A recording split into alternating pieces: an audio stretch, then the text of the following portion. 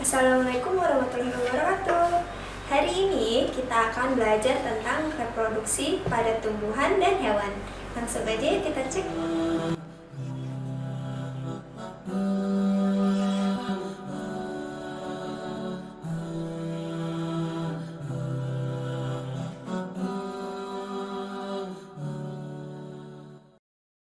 Bismillahirrahmanirrahim. Assalamualaikum warahmatullahi wabarakatuh. Halo semuanya, apa kabar hari ini?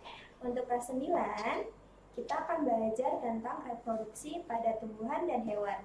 Sebelumnya, kita berdoa dulu ya, biar makin semangat. Dan ucapkan Bismillahirrahmanirrahim. Kita langsung yang pertama. Nah, yang pertama yaitu adalah reproduksi pada tumbuhan. Nah, reproduksi pada tumbuhan yaitu bertujuan untuk memperbanyak jenisnya agar tumbuhan tersebut tidak mengalami kepunahan. Nah, reproduksi pada tumbuhan ini terbagi menjadi dua, yaitu yang pertama ada reproduksi vegetatif. Jadi yang vegetatif ini terjadinya individu baru tidak didahului oleh peleburan sel kelamin jantan dan betina. Nah, reproduksi vegetatif ini dibagi menjadi dua, yaitu ada vegetatif alami dan vegetatif buatan. Kemudian, yang kedua ada reproduksi generatif. Yang sudah kita tahu, kalau generatif yaitu adalah terjadinya reproduksi melalui peleburan sel kelamin jantan dan kelamin betina. Itu ya bedanya. Jadi kalau vegetatif itu tidak ada peleburan sel kelamin jantan dan betina, sedangkan generatif terjadi karena adanya peleburan sel kelamin jantan dan kelamin betina. Itu ya yang harus diingat, vegetatif dan generatif. Yang pertama kita bahas dulu yaitu adalah vegetatif alami tumbuhan. Nah, di sini yang kita bisa lihat ada rhizoma. Nah, ini jenisnya ya, jenis vegetatif alami, yaitu ada jenisnya rhizoma. Contohnya itu jahe, kunyit, temulawak, pencur, dan kapulaga. Bisa dilihat di gambarnya di sebelah sini. Kemudian ada tunas. Nah, ini contohnya itu adalah pisang atau pohon pisang. Kemudian ada umbi lapis, contohnya adalah bawang merah, bawang putih, dan bakung. Kemudian ada tunas adventif, yaitu contohnya pohon cemara, sukun, cokocor bebek. Nah, kemudian ada umbi batang. Nah, di sini contohnya itu adalah kentang dan ubi jalar. Kemudian ada stolon, yaitu contohnya arbei, pegagan, dan stroberi. Kemudian ada juga rumput teki. Kemudian ada umbi akar, contohnya itu singkong, bengkuang, ketela pohon, dan pohon dahlia. Kemudian ada spora, yaitu contohnya adalah lumut dan tumbuhan paku. Kemudian yang tadi udah alami, sekarang vegetatif buatan tumbuhan. Oke, yang pertama yaitu adalah mencangkok.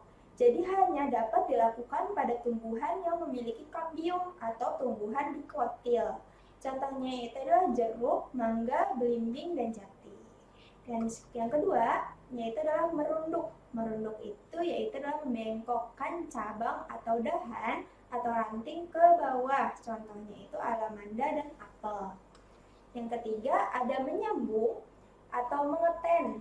Tujuannya untuk menyambung dua jenis tanaman yang berbeda dan sifatnya pada pucuk tanaman.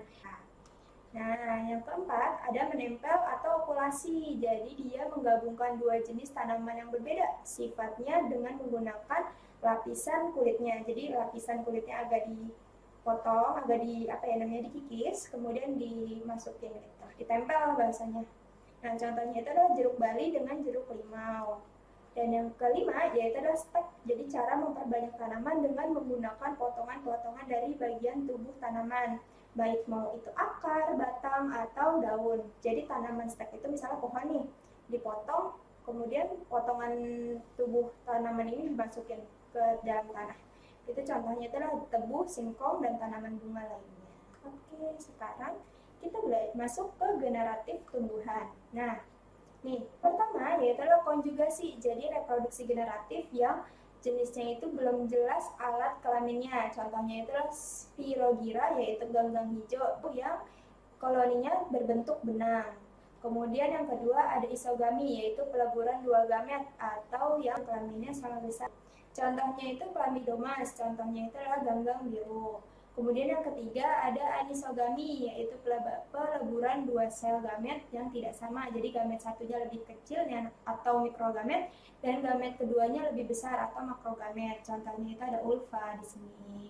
Kemudian yang keempat ada penyerbukan yang diikuti dengan pembuahan yang terjadi pada tumbuhan berbunga seperti antopid, dan tumbuhan berbiji yaitu spermatopita. Nah, alat kelamin jantan berupa benang sari dan alat kelamin betinanya berupa putik, yang kalau udah kalian tahu di pelajaran SD pun udah ada. Jadi ada pada bunga, misalnya bunganya itu kan mengalami penyerbukan, ya udah pernah dengar kan penyerbukan. Kalau ini untuk hanya tanaman yang berbunga atau tanaman yang berbiji. Sekian kurang lebihnya. Wabillahi taufiq wal hidayah. Wassalamualaikum warahmatullahi wabarakatuh.